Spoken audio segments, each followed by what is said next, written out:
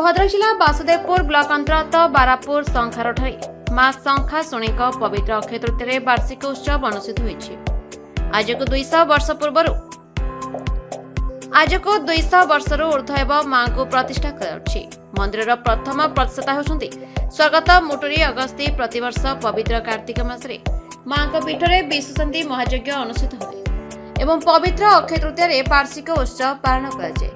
यह कार्यक्रम 3 दिन अनुष्ठित हुए। सोमवार दिन ठारू बुधवार तारीख 28/4/2025 तारीख ठारू 30/4/2025 पर्यंत अनुष्ठित होइछि। प्रथम दिन कलश शोभायात्रा एवं घट तोरण एवं विभिन्न पूजा अर्चना मां पीठ हुए। मां पीठ सहित शह संख्यार भक्त माने आसंती। वर्तमान परिचालना कमिटीर सभापति श्रुत कैलाशचंद्र पंडा, संपादक श्रुत विनोद बिहारी साहू, सह संपादक श्रुत प्रभाष चंद्र साहू, जगबंधु पंडा, नीलमणि बेहरा, विजयकांत पंडा, अमूल्य महांती, दाशरथी साहू समेत बालेश्वर जिला एवं भद्रक जिला बासुदेवपुर ब्लॉक विभिन्न ग्राम पंचायत ग्रामवासी माने आसी मां को दर्शन करथांती। मां शंखाशुणी होउछंती प्रत्यक्ष अधिष्ठात्री। तांको महिमा कहिले सरीब नाही। कोन परिचय सर?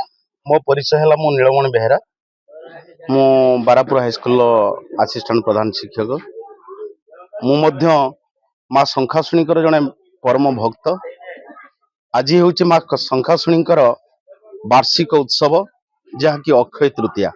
ये अक्षय तृतीयार महात्म्य आपण माने समस्त जानिछंती। यही पवित्र तिथि रे ये अंचलर पूर्वसूरी माने मां शंखाशुणी को प्रतिष्ठा करथिले। कारण जेहेतु शंखारु ग्राम तेणु ना होइथिला शंखाशुणी। शंखारु ग्रामर आमर आराध्य देवी, अधिष्ठात्री देवी, जे कि समस्तंकर दुख समय रे, विपद समय रे से पाताल थाई भी, स्वर्ग मर्त्य पाताल थाई भी से समस्त को भक्तों को उद्धार करिवार तांकर जो आमे अनुभव करिछु प्रति भक्त माने सेइथि मां पाखरे आमे प्रति मुहूर्त रे तांकर पदांक तांकर पाद तले आमे निजको नई दउछु। मां शंखाशुणी आर प्रथम अधिष्ठात्री देवींकर प्रतिष्ठाता थिले मुटुरी अगस्ती। प्रथमे चाल घर थिला, मुटुरी अगस्ती मंदिर टी आरंभ करथिले। से मंदिर पुणी भग्न अवस्था हो जाइतिला। पुणी ये अंचलर हमर कैलाश पंडा जने मांकर परम भक्त, जने नाभाल रिटायर्ड पर्सन एवं तांकर सहयोगी आमे ग्रामवासी समस्त मिसिकी पुणी मंदिर को माने पुनरुद्धार आमे कलु।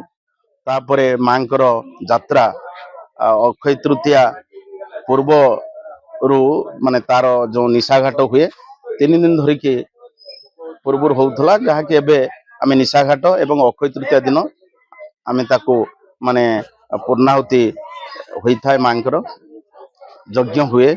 एठी पाटुआ माने मध्य तांकर माने दासी पड़ती बा मांकर जो प्रकार माने गुण कीर्तन करा जाए। भक्त माने बहु संख्या रे, केवल ये अंचल नुहे माने शंखारु, अमाजिया, जिरेगोड़ी, अणतीरा, इरम पर्यंत मांकर जो महिमा परिव्याप्त। तेणु मां को आमे प्रति मुहूर्त रे डाकी थाउ।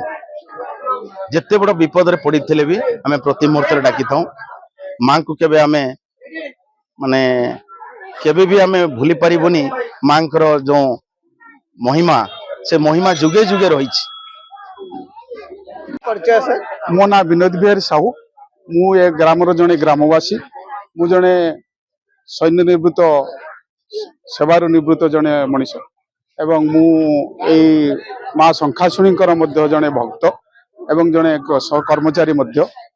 ये मांकर किंवदंती अछि, बहुत पुराण किंवदंती अछि। एबे मध्य जे मां को एकदम अति भक्ति सहकारे जे डाके, यदि निशा राति रे मध्य मध्यरात्रि रे मध्य के यदि विपद रे पड़ी थाए, मां ताकू साहाय्य करचंती एवं प्रत्यक्ष साहाय्य करचंती एवं से साहाय्यकारी निजे अनुभव करचंती। ये शह शह एई भलिया तांकर मांकर मिराकल अछि जे मां को विपद रे मध्य उद्धार करचि। एबे भी मां को जे डाकुची भक्ति सहकार डाकुची, मां ताकू प्रत्यक्ष भाव रे हो बा परोक्ष भाव रे हो निश्चित साहाय्य करिसंती। तेणु ये जो ग्राम देवी शंखाशुणी देवी, से शंखारु नाम रे परिचित शंखाशुणी मां शंखाशुणी देवी, ये पूरा सारा अंचल रे केवल बारापुर ग्राम रे नुहे, शंखारु ग्राम रे नुहे, ये चतुर्पार्श्व रे जेते ग्राम अछि भक्त माने टाणी हे संती मां को भक्ति रे जो मैंने भक्ति करिसेंती से भक्ति रे टाणी आछंती। भद्रक जिला वासुदेवपुर ब्लॉक शेख सैयद कादिर का report the Republic Odisha 24 news.